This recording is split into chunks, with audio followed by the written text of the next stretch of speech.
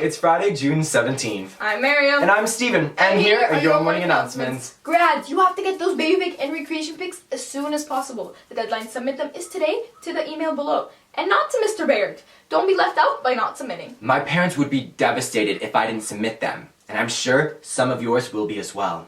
Another thing to get done as soon as possible is going to School Cash Online to pay your grad fee, as well as select the size of your graduation gown. Chop chop! Miriam, you better clear your calendar for June 22nd. Why? Because Stevie is having an eventful day you don't want to miss. Eventful? What's happening? To begin, the annual Wilfie Film Festival is June 22nd at 3:30 in room 215. You'll get to watch the works of Stevie's most talented filmmakers. Cool. Is that all? Nope, there's more! A Night with the C Flats is also on Wednesday, June 22nd at 7 p.m. Admission is a $5 plus donation to Autism Ontario. Oh my god, I can't wait. It's so cool that CB is having so many events again. Which reminds me, CB Fest is coming Monday, June 27th after school. It's an event where you hear live music, hang out with your friends, participate in fun activities, and raise money for a great local cause. Stay tuned to Google Vision for more details. Looking to run a club next year? The Club Summit registration form is up now on the CB homepage, so don't wait to get your club approved and up and running. And now, It's time for your Friday show!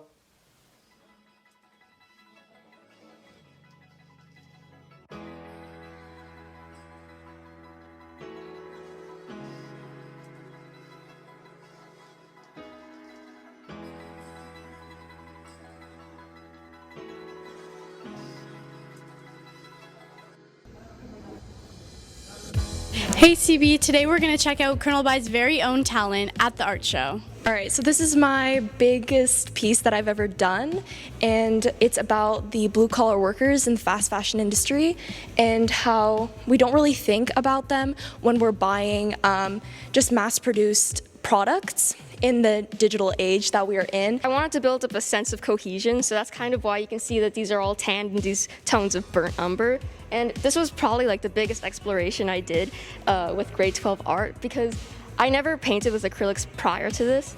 And a lot of this was about experimentation and trying to build up my technical skill in order to make something that I felt was cohesive and meaningful as well. This whole piece is made out of cardboard, all gathered at home from different pieces of box material and any shipping. So this whole house kind of represents the pollution that we see in the world. The whole front of the house is basically like a facade. Whereas on the sides, you see the whole box is taped together. It's pretty beaten up. It's a study on water throughout the seasons. So I've got right after a spring rainfall, it's kind of the feeling, the smell of petrichor that you get. That's the kind of feeling I wanted to capture with that. This one is basically meant to represent the wonder of reaching out and seeing something that is so huge and alien that you can't describe it. It's actually inspired by the whale skeleton at the Museum of Nature. This one's kind of just inspired by a book series that I really like, Splintered, which is a spin-off of Alice in Wonderland. This is kind of just a pretty painting. Can we all just be okay with making paintings because they're pretty? I don't have a meaning behind it. This is my experimentation with crochet work. My process is always just starting off with an emotion, with a feeling, and it's just different times of my life where I'm feeling sad or I'm longing for something. I always want to process those emotions with a painting. So for example, I started off with this one where it's just the need for freedom. I tried to show that in a painting. I wanted this person to seem very unreal and out of this world, where they're unattainable. You can't actually want them. They all come from pictures that I found or that were given to me. So this one was, so these two actually from trips, from a trip I went to in the Bay of Fundy last summer, which I just thought were really magical, and I kind of wanted to capture that feeling of magic, and I kind of just went along with that. Sometimes I'll just be sitting in bed reading something, and I'll see a page and I was oh, that's cool, I'll make something about it.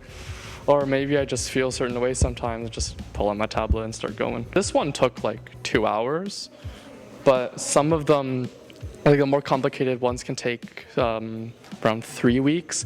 And then my oil paintings, because it takes so long to dry, some of them took 6 months. As you can see, most of my paintings are portraits because I really like drawing humans and experimenting with emotions and stuff, except This one was inspired by the war in Afghanistan, and I just basically drew like an Afghan woman who got homeless with a child, because that just resonates with me since I'm from Afghanistan. This is like a whole piece together. It's like a triptych, and I was inspired by Gothic, like religious imagery. This one is kind of like an activism piece. It represents like the Black Lives Matter movement, and it's painted after like a picture. Thanks to all the amazing artists who helped put together this groundbreaking art show. That's all from us today, CB. Have a Fresco Friday.